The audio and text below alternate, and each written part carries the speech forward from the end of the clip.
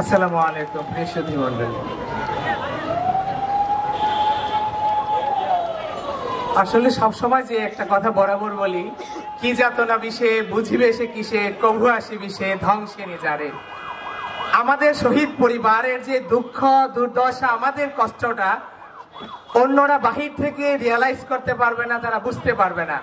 খালি সিম্পেথির বাণী আর আশার আলো দেখাবে, এছাড়া আর কিছুই না।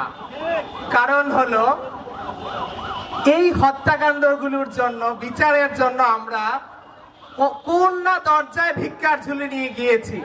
এমন কোন দরজা নাই যে আমরা যাইনি যে হত্যার বিচারের জন্য। সিরিয়ায় তো দেখেছেন ৩৫ দিনে বিচার কার্য সম্পূর্ণ হয়েছিল, আর ৯ মাস পারিয়ে গেল বাংলার জমিনে বিচারের। কি দেখেছেন আপনারা? কথায় আছে না, যার ৯ হয় না তার ৯০ও হয় না। এই সরকারটা আমাদের সরকার থাকাকালীন সময়ে আমাদের কেন বিচারের জন্য ভিক্ষার ঝুলি নিয়ে রাস্তায় রাস্তায় দপ্তরে দপ্তরে আমাদের দৌড়াতে হবে বলেন? এই দুঃখ কার কাছে বলবো? এই প্রহসনের গল্প কার কাছে বলবো? যেই প্রহসন চলতেছে আমাদের সাথে, প্রত্যেকটা শহীদ পরিবারের সাথে। যদি স্বরাষ্ট্র উপদেষ্টাকে বলি বিচারের কথা, মুলা ছাড়া আর কিছুই না। স্বরাষ্ট্র সহকারী উপদেষ্টা যিনি আছেন খোদাবক্স চৌধুরী সাহেব, আমি বলবো উনি সবচেয়ে বড় ব্রেইন ওয়াশ করতে পারে।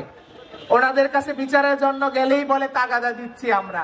৯ মাস হয়ে গেল আজকে, এতগুলো মা, ২০০০ মায়ের কান্না, এমন একদিনও কান্না বন্ধ নাই। প্রত্যেক দিন তাদের কান্না কিভাবে যায়, এক একটা দিন আপনারা জানেন কিনা আমি জানি না, বাহির থেকে দেখা যাবে না। আমি আমার মায়ের কান্না প্রত্যেক দিন দেখি, আমাদের দিনগুলো কিভাবে যায়। আজকে সংস্কার হবে, নির্বাচন হবে, কিন্তু তার আগে তো বিচারটা হওয়া লাগবে। সংস্কারের আমি মনে করি প্রথম মূল মন্ত্র হলো বিচার।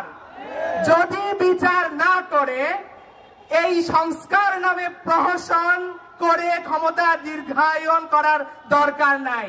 আমি বলবো সম্মান থাকতে ক্ষমতা ছেড়ে চলে যান, না হলে যেমন ভাবে বাংলার জনগণ ফ্যাসিস্টদেরকে তাড়াইছে, আপনাদেরকেও তাড়াবে।